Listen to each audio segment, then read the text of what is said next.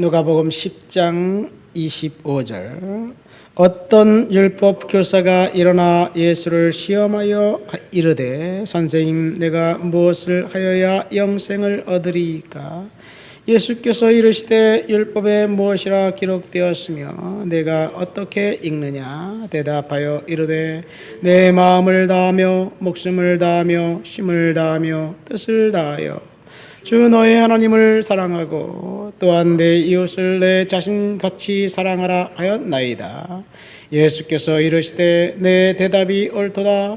이를 행하라. 그러면 살리라 하시니 그 사람이 자기를 옳게 보이려고 예수께 여짜오되 그러면 내 이웃이 누구이니까?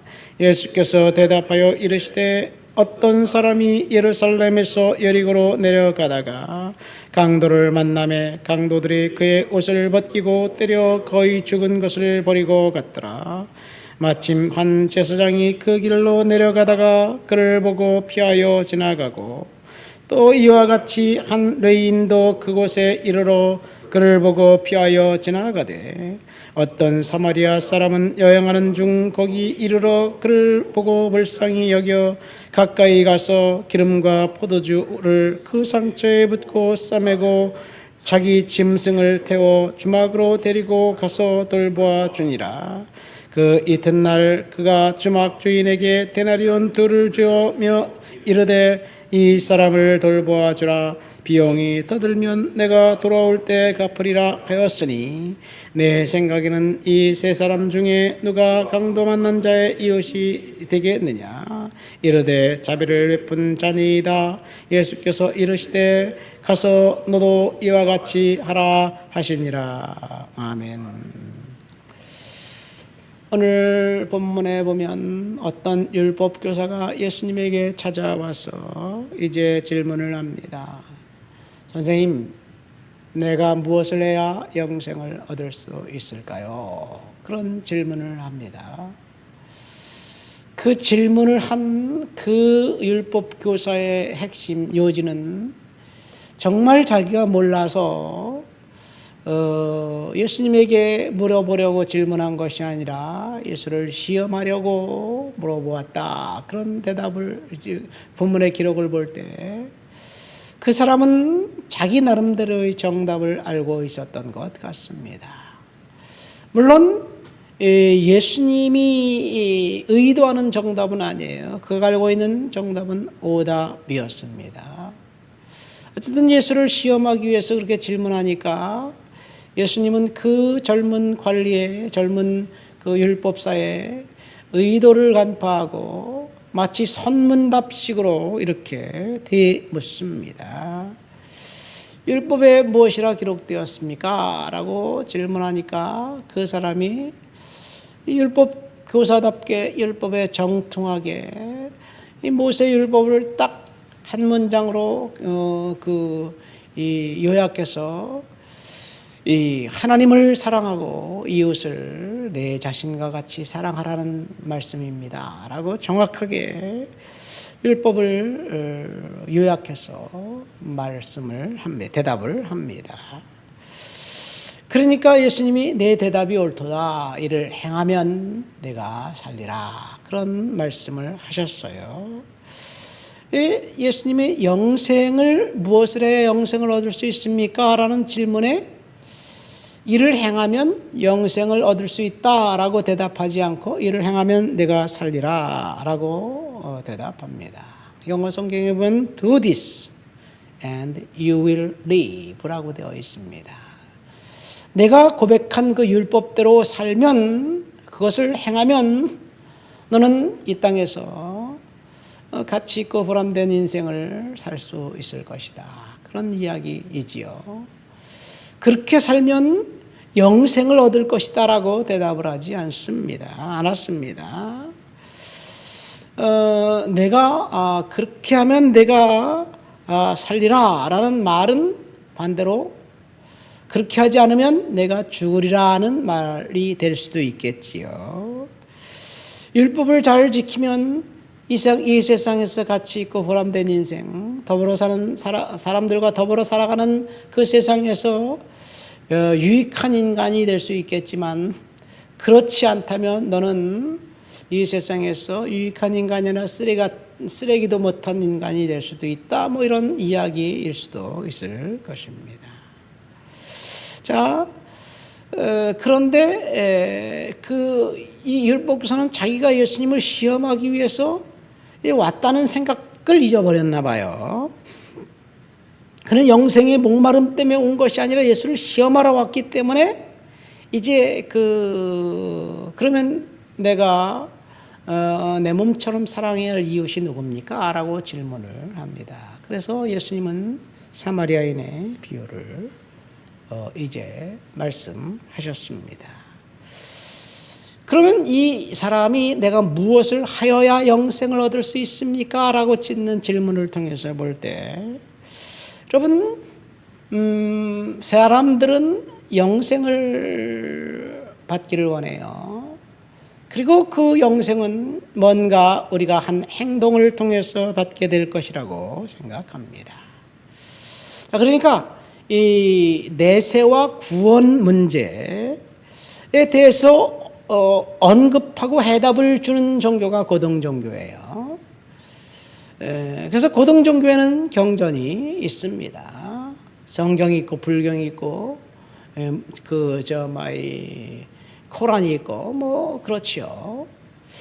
내세와 구원의 문제, 영생의 문제에서 답을 주지 않는 것이 하등종교입니다. 고등종교가 있으면 하등종교 있죠. 미신 이런 것들이 하등종교죠. 이 하등종교에서는 영생의 문제를 다루지 않습니다. 오직 이 땅을 살면서 잘되고 번성하는 것만 관심이 있어요.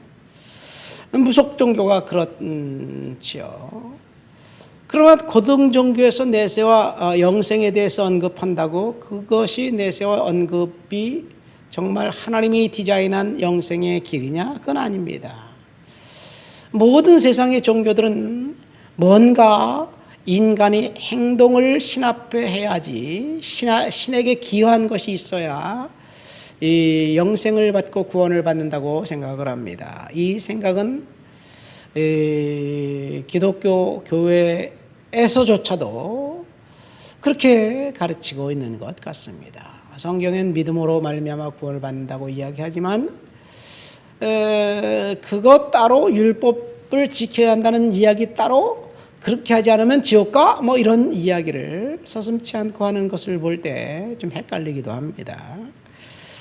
천주교에서는 7가지 성례를 시행해야 천국 간다고 주장합니다. 그 7가지가 첫 번째가 세례고 두 번째가 성례, 성찬식이고 세 번째가 견진이고 네 번째가 고해, 그 다음에 다섯 번째가 결혼.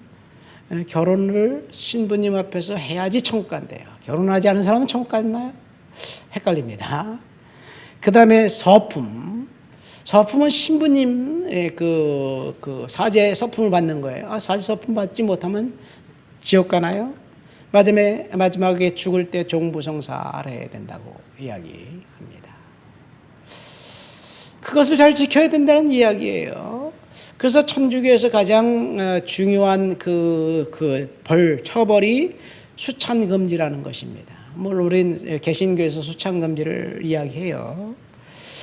수찬금지를 당하면 성찬식에 참석할 수 있는 권리를 빼앗으면 그 즉시 지옥에 떨어지기 때문에 사람들이 벌벌 떠는 거예요. 그래서 중세시대의 황제의 권력보다 교황의 권력이 더 세요. 그래서 카노사의 굴욕이라는 그런 이야기까지 있습니다. 교황이 황제의 성찬식 참여를 박탈하니까 황제가 그것을 풀려고 교황의 마음을 환심을 얻으려고 맨발로 서서 회개했다는 그런 이야기, 추운 겨울에 그게 카노사의 굴욕입니다. 이슬람에서는 5가지 이 기둥을 이야기합니다. 그것을 행해야 구원받는다고 하는데 첫 번째가 신앙 고백이고 두 번째가 기도고 그 다음에 세 번째가 자선, 네 번째가 라마단 기간의 단식, 다섯 번째가 성지순례. 성지순례를 못하면 이 구원받지 못해요. 그래서 이슬람 교인들은 1년 평생 한 번은 성지 메카 메디나를 갔다 와야 된다고 주장합니다. 그런데 그들의 신앙 고백은 우리처럼 사도신경 그런 고백이 아니에요. 그들의 신앙 고백은 이렇습니다. 알라 위에 다른 신은 없고 무하마드는 알라의 그 선지자다. 이 고백이에요. 이 고백을 하루 5번 기도하는 동안 메카를 향해서 무릎을 꿇고 다른 기도하지 않습니다. 이 신앙 고백만 중얼중얼 하는 거예요. 그러니까 그 신앙 고백은 뭘까요? 주문이 되는 거지요. 그래서 이슬람교에서는 중보 기도라는 것이 없습니다. 불교와 힌두교에서는 업을 이야기합니다. 어체투지라고 라마 불교에서는 무릎 꿇고 기어서 티베트 라사의 그 성지를 순례해야지 된다고 이야기합니다.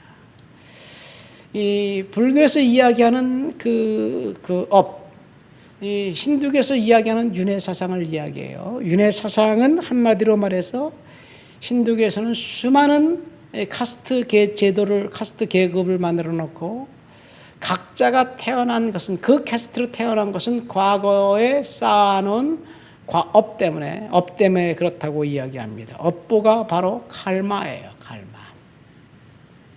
그러니까 이것이 긍정적으로 볼 때 지금 덕을 쌓고 선행을 행하고 다른 사람을 섬기고 도와주면 내 생에 다음 생에는 짐승이 아니라 인간으로 태어나고, 그리고 인간으로 태어난 것은 정말 대단한 업보였기 때문에 그렇고, 그래서 인간 중에서도 가장 높은 계급, 브라만 계급에 태어난다면 상당히 높은 도덕적인 어떤 그런 행위를 했기 때문에 그렇다라고 주장합니다. 긍정적으로 볼 때는 좋아요. 근데 부정적으로 볼 때는 그것이 또 지금 당하고 있는 그런 학대와 처벌과 비참한 삶은 과거 자신이 쌓아놓은 업보의 결과이기 때문에 그것을 묵묵히 감당해야 다음 생에는 좋은 카스트로 태어날 수 있다는 이야기예요. 그렇기 때문에 자기가 당하고 있는 그 인격 모독과 처벌과 그런 어떤 불행을 몸소 겪어야 되는 거예요. 그러니까 힌두교 월드뷰에서는, 힌두교 사상에서는 불쌍한 사람을 도와주면 그 사람을 도와주는 것이 아니라 오히려 그 사람을 방해하는 것이 되는 거예요. 다음 생에 좋은 카스트로 태어날 수 있는 기회를 박탈하기 때문에 그것을 도와주는 게 아니라 방해하는 거예요. 그렇기 때문에 야비하게 학대하고 폭력을 행사하고 당하도록 내비두어야만 합니다. 이것이 힌두교에서 말하는 업보예요. 이것이 과연 바른 것일까? 성경은 그렇게 이야기하지 않습니다. 그러니까 성경은 예수님에게 이 사람이 찾아와서 무엇을 해야 영생을 얻을 수 있습니까? 라는 질문 자체는 틀렸어요. 사실은 영생을 얻을 수 있는 방법은 죄를 해결해야만 됩니다. 죄 문제를 해결한다면 영생을 얻게 되는데, 이 세상에 죄인 아닌 사람이 어디 있어요? 예수를 믿는 믿음밖에 없습니다. 왜 예수를 믿어야만 하느냐? 예수님 단 한 분만이 우리 죄를 위해서 십자가에 달려 돌아가셨기 때문에 그렇습니다. 구원은 오직 믿음뿐임을 성경은 이야기하고 있는데, 예수님은 그 관리에게 그 얘기를 안 해요. 그리고 관리는 그 얘기를 묻지 않습니다. 이웃을 사랑한다는 자기가 자신의 어떤 그 도덕적인 흠결이 없는 것을 뽐내기 위해서, 그럼 내가 사랑해야 할 이웃이 누구인가요? 라고 질문하니까 예수님이 그때 선한 사마리아인의 비유를 이야기합니다. 선한 사마리아인의 비유 속에서 이제 우리가 알 수 있는 것은, 그 예루살렘에서 여리고까지는 약 27km 돼요. 그 중간에 베다니라는 마을이 있습니다. 아마 베다니 근처가 아닌가 생각됩니다. 가파른 언덕길, 여기에서 이제 산적들이 출몰하는 곳에서 거기서 강도 만난 사람은 사실은 자기가 도와줘야 할 유대인입니다. 근데 제사장이 그냥 지나가고 레위인이 그냥 지나가고 사마리아인이 지나가다 그를 돌봐줬다라는 이야기를 합니다. 그런데 그 사람이 예수님이 사마리아인이 도와줬다는 말을 할 때 아무런 대항도 하지 않습니다. 왜냐하면 유대인들은 사마리아인에 대해서 정말 사악한 인간이라고 생각했기 때문에 그렇게 이야기를 하면 유대인들의 분노를 사게 만들어요. 근데 그 이야기를 할 때 그 사람이 아무런 반응을 하지 않는 것을 볼 때 아마도 그 일은 그 당시 여간에 진짜 있었던 일이 아닌가 이렇게 추정해 보기도 합니다. 이건 단순히 제 생각이에요. 아마 예루살렘 타임스라는 신문에 났던 기사가 아닐까. 그래서 그 기사를 얘기하니까 이 사람은 반박할 수도 없습니다. 그러니까 누가 그 재난당한 사람의 이웃이 되겠느냐? 그러니까 도와준 사람, 자비를 베푼 사람 아닐까요? 사마리아인 아닐까요? 그렇게 얘기하니까 너도 그처럼 행하라 하는 이야기를 합니다. 이 세상은 재난당한 사람을 돕는 것보다는 수탈하는 것을 더 좋아하는 것 같습니다. 우리 장로님이 공장에 화재가 나자 정말 물론 정말 옆에서 위로해주고 격려해주는 사람들이 극히 일부 있지만 대부분은 다 돌아서요. 오히려 그 사람에게서 있는 것조차 뺏어가려는 사람들 뿐입니다. 이것이 이 세상의 이치 아닌가? 그러면 오늘 예수님이 말씀하신 것처럼 자비를 베풀라는 말씀을 우리가 순종할 때 이 세상은 바로 천국으로 만들 수 있지 않을까 생각됩니다. 말씀을 맺습니다. 이 사랑한 사마리아인 이 비유, 이 율법 교사와 이 예수님의 대화 속에 뒷이야기, 에필로그는 사실은 나와 있지 않습니다. 그 사람이 예수님에게 말씀을 듣고 감동을 받았는지 아니면 예수님을 적극적으로 이제 뒷사는 사람으로 돌아섰는지 아무도 모릅니다. 그러나 이 이야기를 통해서 저와 여러분들에게 주는 교훈은 두 가지예요. 첫 번째, 영생은 인간의 힘으로 얻을 수 있는 것이 아니라는 사실. 두 번째, 이 땅을 살아가면서 우리는 자비를 베풀며 살아가야 된다는 사실.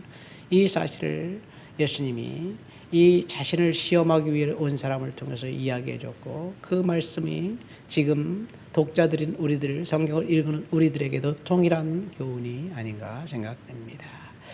우리는 하나님 앞에서 다른 사람을 섬기며 그렇게 살아야 될 줄 믿습니다. 하나님 아버지 감사합니다. 오늘도 주님 앞에 나와 주를 높여드리고 주를 예배하고 찬양합니다. 우리의 삶을 통해서 하나님 자비를 베풀고 선을 행하는 그런 삶을 살아갈 수 있도록 도와주옵시고 영생은 믿음 가운데 있다는 사실을 깨닫고 은혜 가운데 살아가도록 도와주옵소서. 예수님 이름으로 기도합니다. 아멘.